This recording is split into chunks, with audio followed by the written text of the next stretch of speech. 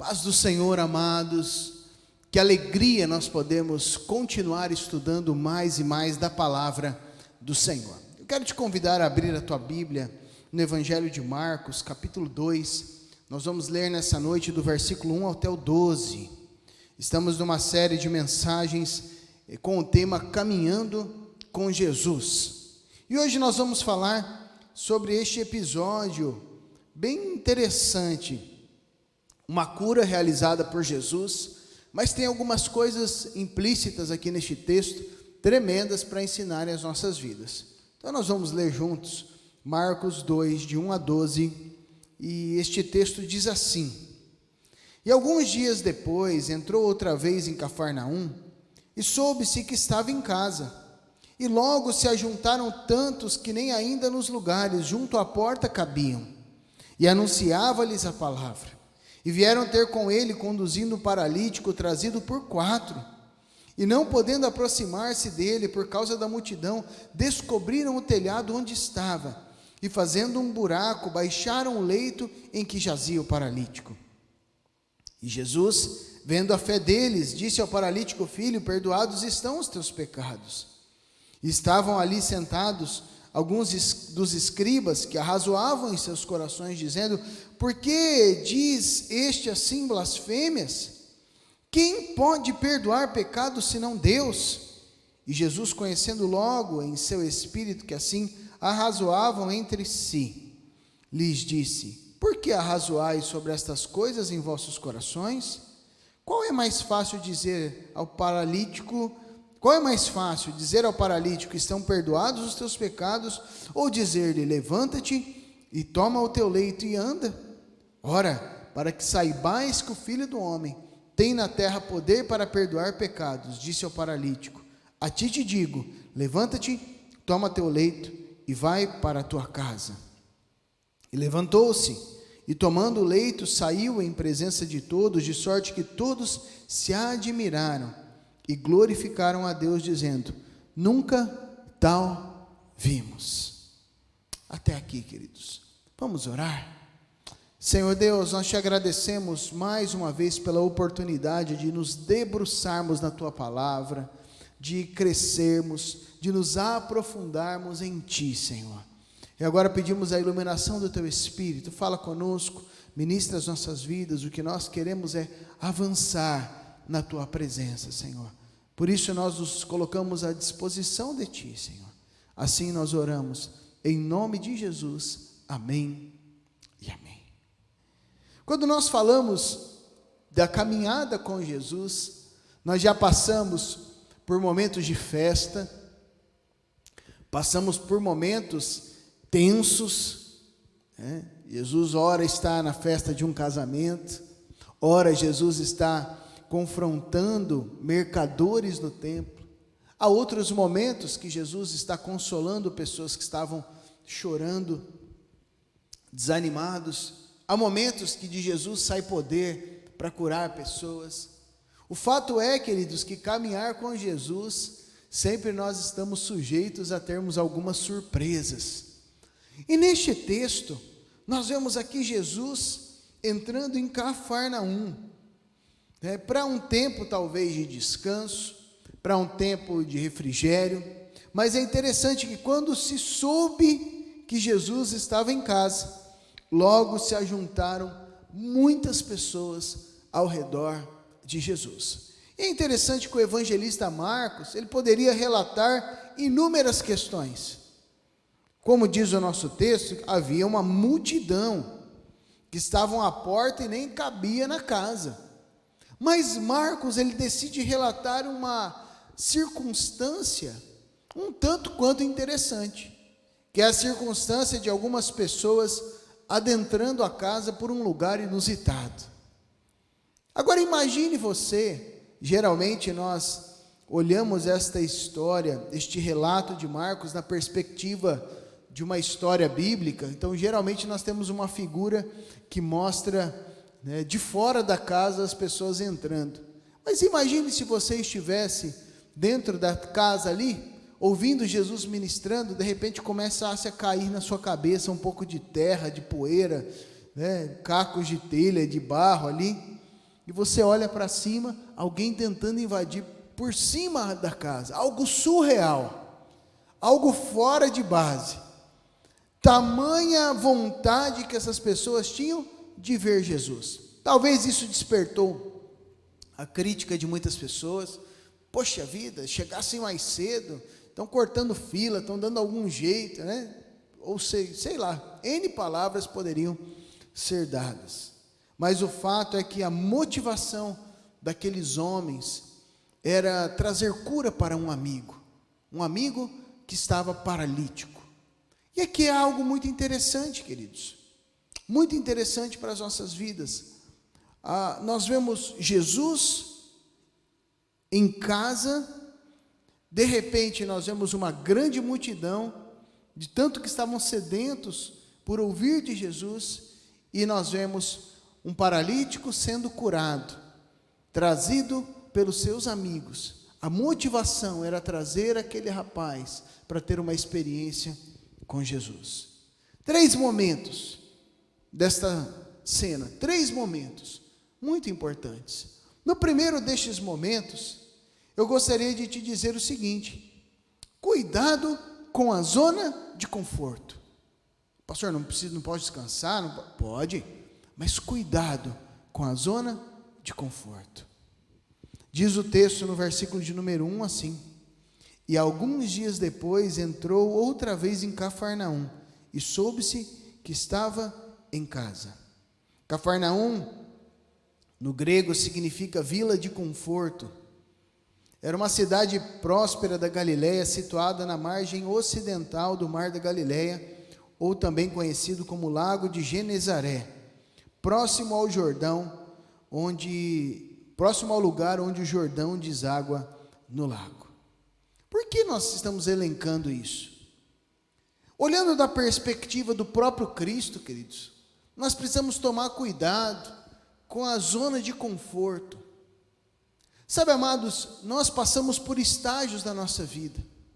Eu não estou dizendo que você deve viver uma vida de ativismo constante, mas também nós precisamos entender, queridos, que há momentos da nossa vida em que nós vamos nos acomodando. Isso é muito perigoso. Aqui, quando eu olho Jesus indo para Cafarnaum, indo para ter ali um tempo de descanso, de refrigério, Jesus, ele poderia correr o erro aqui, graças a Deus que ele não falha, né? Mas correr o erro de um descanso demasiado, de um descanso que já começa a permear a vida dele de forma a se tornar, não apenas um descanso, mas se tornar comodismo.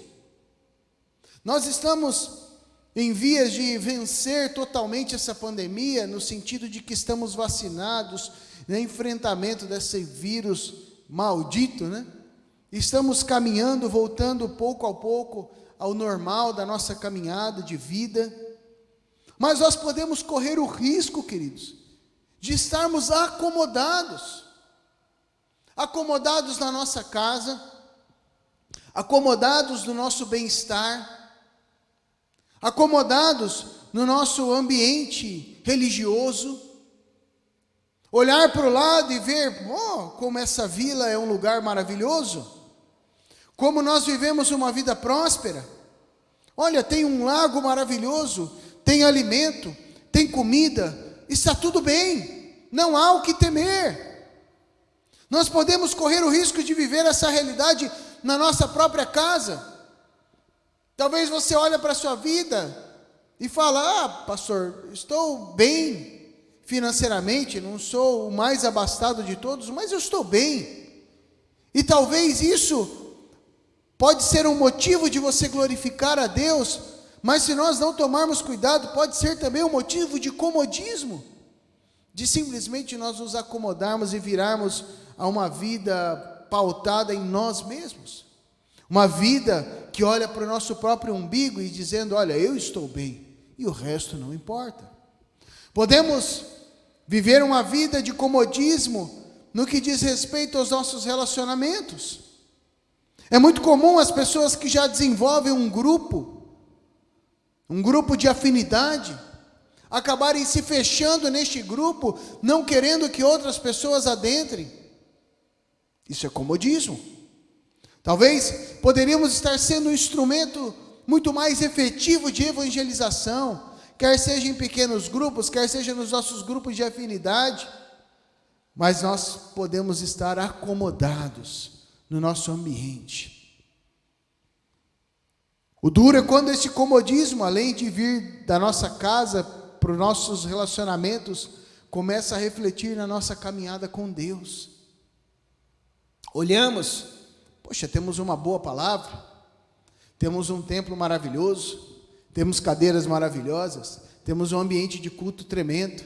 Chegamos ao culto, que ambiente maravilhoso, que tempo de ministração, que unção de Deus, que louvor maravilhoso, e acabarmos nos acomodando, sem ter em vista o projeto de Deus e o propósito para as nossas vidas. Isso que eu acabei de citar não é ruim, queridos, tudo isso é muito bom, e glória a Deus, porque nós como igreja conseguimos chegar onde estamos, mas nós não podemos nos acomodar. Chegamos aonde chegamos, glória a Deus, mas nós precisamos avançar, continuar à frente. Sabe, amados, Deus já fez tantas coisas no nosso meio, tremendas coisas. Hoje nós podemos olhar para o passado e glorificar ao Senhor, olhar para o presente e glorificar ao Senhor, olhar para o futuro e entender que a glória de Deus vai estar sobre nós, mas para que nós possamos caminhar, nós precisamos sair desta zona de conforto. O cuidado aqui é porque Cafarnaum era um lugar propício a isso, mas nem por isso Jesus se deixou acomodar. É interessante que Lucas capítulo 10, verso 15 e 16, há uma chamada de atenção acerca de Cafarnaum. E tu, Cafarnaum, que te levantas até o céu, até o inferno serás abatida. Quem vos ouve a vós, a mim me ouve. Quem rejeita a vós, a mim me rejeita. E quem a mim me rejeita, rejeita aquele que me enviou. Sabe, amados, Cafarnaum tinha esse status de ser uma cidade muito próspera, e isso gerava uma falsa ideia de concordância celestial, ou de apoio de Deus, e a soberba foi tomando conta da vida de pessoas ali. Sabe, amados, quando nós olhamos para este texto, e por que eu dividi ele em 3 momentos? Porque a atitude de Jesus, diante do seu chamado, foi determinante no poder de Deus, operando na vida daquele paralítico. Vou dizer novamente, o fato de Jesus não ter se acomodado, foi determinante na transformação de vida que ocorreu na vida daquele paralítico. Ou seja, Deus, Ele quer usar as nossas vidas, e quando nós estamos acomodados, acaba que nós não estamos sendo instrumentos de Deus na vida de outras pessoas. Eu volto a dizer, eu não estou dando uma avaliação para que você viva uma vida de ativismo. Os amados que estão caminhando conosco nesses quase 6 anos, sabem muito bem disso. Nós temos uma caminhada ponderada, mas nós precisamos entender, queridos, que há uma urgência do reino. Deus, Ele quer te usar, meu irmão, minha irmã. Não deixe para amanhã, não deixe para depois. Seja um instrumento na vida do Senhor, nas mãos do Senhor, na vida de outras pessoas. Sabe, amados, seja um instrumento de Deus na vida de outras pessoas. Por isso, cuidado com o comodismo. Em segundo lugar, nós vemos que em Cristo os nossos pecados são perdoados. Versículo de número 5. E Jesus, vendo a fé deles, disse ao paralítico: filho, perdoados estão os teus pecados. É interessante, queridos, que o primeiro ato de Jesus acerca daquele paralítico não foi a debilidade física. O que Jesus ele opera na nossa vida não são questões apenas externas. Eu não estou dizendo que a questão do paralítico não era importante. Afinal de contas, ele não conseguia se mover, queridos. Mas eu estou dizendo que a transformação que Jesus opera em nós é uma transformação completa. Talvez você foque, quando lê este texto, totalmente na cura física daquele paralítico. Mas Jesus, ele inicia o processo de cura naquele homem, perdoando os seus pecados. Há uma geração que precisa entender que Jesus é aquele que transforma a vida. Há uma geração que precisa entender que quando nós estamos em Cristo, entregamos a nossa vida a Ele, somos regenerados, nascemos de novo. Em Cristo nós temos o perdão dos nossos pecados. Isso é tremendo. Ao mesmo tempo, eu não sei, no caso deste homem, eu não posso dizer e afirmar plenamente que a enfermidade física dele era psicossomática. Talvez este perdão dos pecados tenha a ver com a redenção e a regeneração que Cristo opera em nós. Mas pode ser sim, que este perdão tenha a ver com questões mal resolvidas da vida deste homem. Há pessoas que não se perdoam. Há pessoas que já foram perdoados pela parte ofendida. Há pessoas que já pediram perdão ao Senhor, mas ainda carregam o peso da falta de perdão pessoal, interna, interior. E para você que talvez está assim, querido, se acusando, vivendo constantemente um inferno emocional, eu quero deixar este texto de Isaías, capítulo 44, verso 21 e 22. Lembra-te destas coisas, ó Jacó e Israel, porquanto és meu servo, eu te formei, meu servo és, ó Israel, não me esquecerei de ti, apaguei as tuas transgressões como a névoa, e os teus pecados como a nuvem, torna-te para mim, porque eu te remi. Sabe, amados, este texto ele é tão importante, porque além dele falar do povo de Deus, na figura de Jacó, ele traz à memória um homem marcado pelo engano. Um homem marcado pelo engano. Um homem que desde o início, no seu próprio nome, tem os seus questionamentos, os seus pormenores, mas que Deus transforma a sua vida, vem a ser chamado de Israel. Um homem que foi marcado na sua identidade como enganador, como suplantador. Um homem que teve sérios problemas familiares. Foi tocado pelo Senhor, teve a sua história mudada. E neste texto nós vemos através do profeta uma liberação para Jacó, para a nação, dizendo: olha, você é meu servo. Se lembre disso. Muitas vezes nós temos facilidade de lembrar onde erramos, o pecado, quando diz respeito à falta de perdão. É importante lembrar para pedir perdão, mas depois que foi perdoado, às vezes o inimigo ele fica lançando na nossa mente, né? Mas o que através do profeta o Senhor diz é: lembra-se do que? Você é meu servo, eu te formei, não me esquecerei de ti, apaguei as transgressões como a névoa e os pecados como a nuvem. E nessa noite eu quero te dizer essa mesma coisa. Se lembre de uma coisa, meu irmão, minha irmã, você é servo, é serva de Deus. Foi o Senhor que te formou, que te escolheu. Ele não esquece de você. E diz o texto, e mediante o arrependimento acontecido por Jacó, a mudança de vida, o Senhor apagou as transgressões e perdoou os pecados. Que você possa sair também nessa noite com o teu coração leve na presença do Senhor, o Deus que perdoa os nossos pecados. Em terceiro e último lugar, Além do Senhor Jesus perdoar os pecados daquele homem, ele declara um toque de cura. Eu não sei qual é a área da tua vida que precisa ser curada nesta noite. Se são as tuas emoções, a tua mente, o teu coração, o teu corpo físico. Mas eu quero declarar sobre a tua vida: receba o toque de cura da parte de Deus.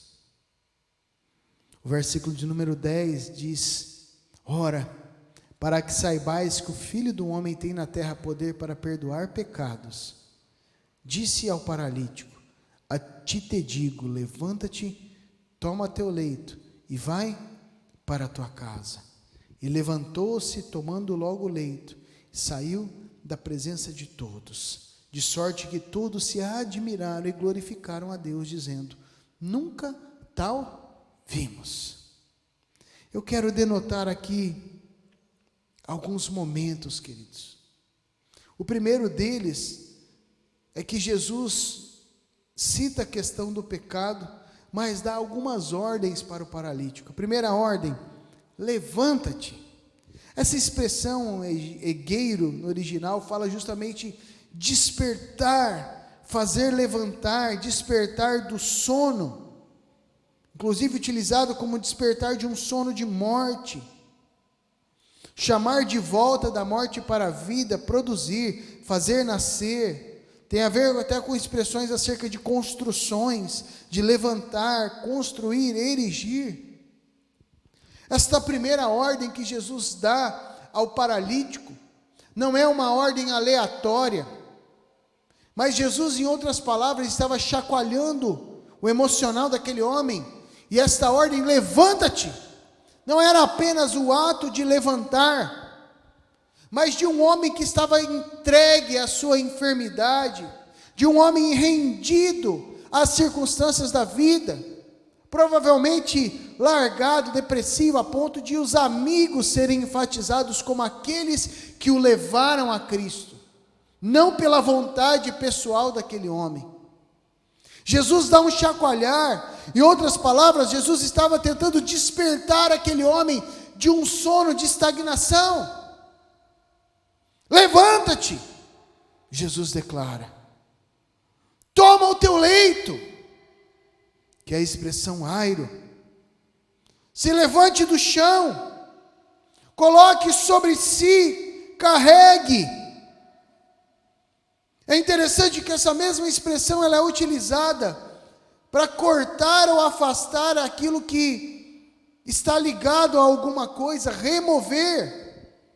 Sabe, amados, com o passar do tempo, aquele leito se torna parte daquele homem. Ele se acostumou com aquela situação, e o que Jesus está dizendo com a expressão, toma o teu leito, é rompa com o status quo daquele momento que ele vivia, daquela história, rompa com esse leito. Ele já não faz mais parte da tua vida. Jesus perdoa os pecados, desperta aquele homem de um sono emocional, e agora dá uma ordem de rompimento com aquela circunstância que ele estava plenamente acostumado a viver. Note que aqui há uma relação físico-mental, de um homem que recebe o perdão dos pecados, mas continua da mesma forma apático. Há momentos em que a gente vê, como aquela mulher do fluxo de sangue, que Jesus nem se movimenta. Aquela mulher rompe, toca em Jesus, e pelo poder da fé em Cristo, no Filho de Deus, aquela mulher é curada. Mas este homem chega trazido pelos amigos. Jesus declara que os pecados estão perdoados, e ele continua apático. Jesus declara, levanta-te, toma o teu leito, rompa com isso. Ou seja, os teus pecados foram perdoados, agora um toque na tua fisiologia, que só vai acontecer quando a tua mente compreender. Por isso Jesus dá essa ordem tão forte, porque há áreas da nossa vida, queridos, que só serão transformadas pela fé, quando nós compreendemos que cremos, É algo que precisa mudar na nossa mentalidade. Há pessoas que vivem constantemente se achando a última bolacha do pacote, ou num vitimismo extremo. Eu não estou desmerecendo a situação que você vive na tua vida, mas pare de se vitimizar. Pare de se fazer de coitadinho, porque isso, porque comigo, porque isso, porque aquilo. Nós servimos a um Deus poderoso, vitorioso, e que derrama a sua graça e misericórdia sobre nós. Creia nele, avance, viva nessa realidade, em nome de Jesus. Não se vitimize se apegando ao seu leito de enfermidade. Qual é o leito que você tem se agarrado para não se ver livre, querido? Para não receber a cura de Deus? Qual é o leito? O meu leito é esse aqui, Eu me apego a isso, porque eu sei que eu preciso tomar uma atitude, uma postura que vai resultar nessa cura de Deus na minha vida. Mas eu fico grudadinho nesse leito, eu não quero mudar de vida. É mais confortável continuar dessa forma. Pastor, eu sei que precisa ter uma mudança em casa, no meu casamento, e essa mudança tem a ver com a minha postura como homem, de assumir um compromisso real com Deus, mas eu não quero abrir mão da minha vida do mundo. É teu leito. Você sabe que precisa romper com algo. Você sabe que isso tem sido determinante para a estagnação na tua vida, mas você não quer romper, porque é mais fácil permanecer como estamos. Se você não mudar as tuas atitudes, querido, nada vai mudar na tua vida. Para que você receba um toque de cura de Deus. Ele não precisa de nada, mas neste texto ele nos mostra que ele nos dá uma ordem: levanta-te, toma o teu leito e vai para a tua casa. É noite de sairmos da estagnação, é noite de sermos tocados pelo Senhor, mas é noite também de nós deixarmos leitos diante dele. Por isso eu quero te convidar a fechar os teus olhos e apresentar diante do Senhor. Deus, ele tem prazer em curar, em perdoar pecados, em restaurar vidas, mas muitas vezes somos nós mesmos os empecilhos. À medida que não queremos deixar os nossos leitos, à medida que não queremos sair da zona de conforto ou da zona de estagnação, temos os nossos leitos como ídolos da nossa vida, porque queremos continuar vivendo desse jeito, e aí vivemos nos vitimizando. Mas não é isso que Deus tem para a tua vida. Esta é uma noite de nós rompermos. Por isso apresente a tua vida diante do Senhor, meu irmão, minha irmã, tua caminhada. É tempo de romper, em nome de Jesus. Senhor Deus, nós queremos apresentar as nossas vidas diante de Ti, Senhor. Esta palavra é tremenda e maravilhosa porque nos chama a atenção. E nós não queremos, Senhor, permanecer em zonas de conforto. Não queremos viver um ativismo que nos prejudica como filhos teus, que não é esse o teu propósito. Mas o meu desejo nesta noite é: Espírito Santo, tira cada irmão e irmã que se encontra acomodado dessa zona de conforto. Espírito Santo, toca, chacoalha, perturba, para que nós possamos ser direcionados novamente ao centro da tua vontade. Há pessoas também, Deus, que estão se martirizando, se culpando por questões do passado que já foram resolvidas. Que nessa noite possa haver este toque de perdão dos pecados, em nome de Jesus. Há pessoas que nessa noite estão me ouvindo e querem também entregar as suas vidas ao Senhor, terem os seus pecados perdoados no sentido da redenção, da transformação. E segundo a oração deles eu clamo, Senhor, que seja assim, Pai, que essas pessoas sejam transformadas pelo poder que há no Senhor. E nós também clamamos, Senhor, que haja um toque de cura, Senhor. Que este irmão, esta irmã que estava tão apegado a este leito, que simboliza esta área onde a pessoa estava acomodada, esse comodismo, Senhor. ou este ídolo onde a pessoa estava grudada ali, não quero deixar, se vitimizando, que essa pessoa possa entregar diante do Senhor, que este irmão, essa irmã possa entregar na tua presença, se levantar, despertar, pegar aquilo que antes era uma desculpa e caminhar em novidade de vida. Opera, Deus, com poder e graça. Assim nós oramos, em nome de Jesus. Amém e amém. Estenda suas mãos. E agora, amada igreja, que a maravilhosa graça do Senhor Jesus, que o perfeito amor de Deus, o nosso Pai, que a comunhão e as consolações do Espírito Santo repousem sobre a tua vida hoje e sempre. Amém e amém. Que Deus te abençoe, meu irmão, minha irmã. Vai para um restante de semana de vitória, em nome de Jesus.